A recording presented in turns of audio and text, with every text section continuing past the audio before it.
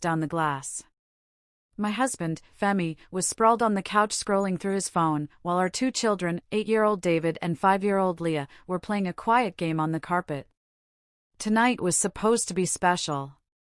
My mother had invited all her children and their families over for dinner. It wasn't often we all gathered under one roof. Life had a way of pulling us in different directions: jobs, children, responsibilities. But when Mama called, you came. That was how it had always been.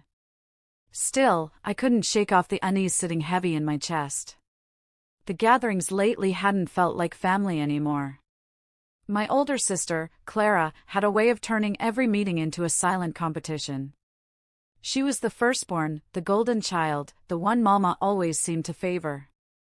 She had a stable job in the city, a wealthy husband, and 3 well-dressed kids who never seemed to misbehave. I loved my sister, but standing next to her always made me feel small. And tonight, for some reason, I felt it would be worse. By 6:30, we were dressed and ready. I packed a small bag with snacks and extra clothes for Leah and David, just in case, then we piled into Femi's car and drove through the wet, glistening streets to Mama's house. The moment we stepped inside, the smell of spices and frying oil hit me. Mama's living room was warm and bustling with noise. Clara was already there, her kids perched neatly on the sofa like little princes and princesses.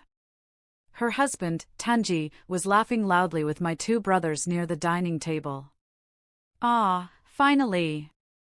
Mama exclaimed, coming over to hug me. She gave me a quick kiss on the cheek, then immediately turned to Femi with a wide smile. "Femi, welcome, my son." I noticed she hadn't hugged David or Leah yet. Clara rose gracefully from the sofa. She said, calling me by my middle name, her tone laced with just a hint of judgment. "You're late. We were beginning to wonder if you'd make it." "We had to wait out the rain," I replied softly, trying to keep my voice even. As I helped Leah out of her raincoat, Clara's eyes skimmed over my children, pausing briefly on their worn-out sneakers. Then she turned back to her own kids, adjusting the neat collars of their matching outfits. It was a small gesture, but it stung. We all gathered in the living room as Mama announced that she hadn't cooked dinner tonight.